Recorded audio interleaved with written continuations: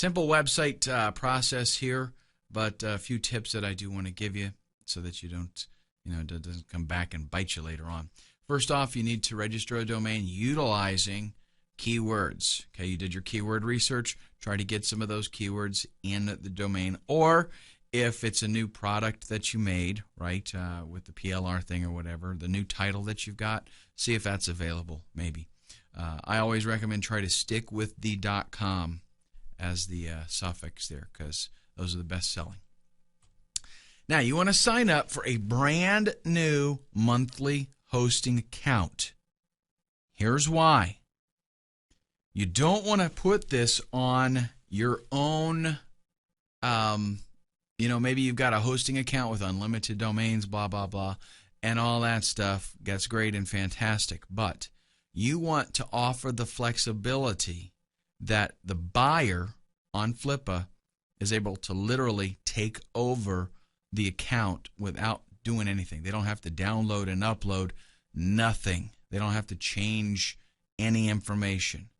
Other than changing the registrar information, but that can all be done right there in the hosting account. Okay, so once the transaction's over, you give them all of the information that they need to log in, and they can update their own registrar information there on the site. But that's all they can do their own payment information, everything. It's literally just a little swap, and that's very convenient. Okay, once you get that up, then you're going to upload your site. You want to set up everything and make it fully functional. What that means is very simple. Do PayPal, right? PayPal's super duper easy. Configure a PayPal buy button. Do the download page, thank you page, whatever. Just make everything where it really works, just like it's supposed to. It's turnkey. Somebody comes to the site, they click the buy button, they pay, they get taken to the thank you page. It just works. Okay, make sure all of that works. If there's an autoresponder, if there's an opt-in box on there anywhere, make sure that that's plugged into your autoresponder so that they can see, bam, this really is set up, functioning, everything works.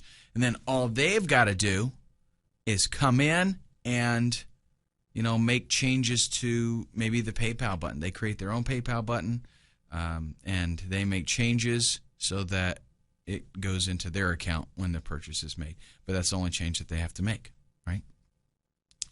Okay, you want to test everything. You don't want, as people are going to check out your site when they're on Flippa. They're going to go check it out, and if stuff's not working, then they're not going to be impressed. Okay, and then you want to blog. 10 to 15 keyword-rich articles. These articles do not have to be in-depth. They don't have to be long by any means. 300 to 400 words, that's not a lot of writing. It's not difficult. If you found out that somebody that ranked well is using a 2% keyword density, then make sure you use a 2% keyword density. You have to be really careful with, Google will actually penalize you if you use too great of a keyword density. They're going to assume that you're doing keyword stuffing and spamming. So if you've got a 300-word article and you're using your keyword, 50 times, they're going to be like, okay, no, you're cut off. Thanks, bye. So, with blogging, let me just give you some. This is not really about article writing, but I want to give you some pointers. It's not about SEO, but again, I want to give you some helpful info. When you pick your keyword, let's say you get your dozen or so keywords that you've decided to target. You're going to pick one keyword. You're going to write one article about that keyword, and the title is going to have the keyword in it, the title of the page. Any headers on the article itself, you want to have the keyword in there as well. You want to maybe bold or italicize that keyword at least once or twice in the article. I suggest you do use images and use the keyword as the alt tag in the images. And if you have any, if you decide to do any link building, which would be, just beneficial to you in the long run, if you decide to do any link building, make sure that you use that same keyword with anchor text back to that specific blog post. Okay, and as far as the blog goes, let me mention this. I suggest that you use WordPress, set up a blog on the site, and make the permalinks so that the title of the article is in the permalink, not just a page number. By default, WordPress uses those page numbers for the permalinks, and that is not very keyword friendly for search engines. So you can change that though, and WordPress has like a million pages of documentation, so you can figure out how to do that. But just as a word to the wise. And then I suggest that you use Google Sitemap and do a submission.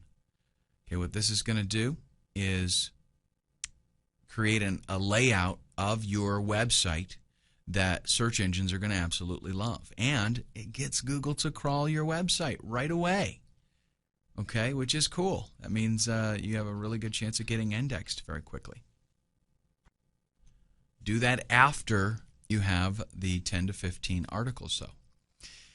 And really depending on, I don't know how much you like writing. Me personally, I can sit down, if I have time, I can sit down and write a ton of articles fairly quickly. I'm pretty proficient at it. If you like writing, you can knock all these off in a day. If you don't, try to at least do one or two in a day.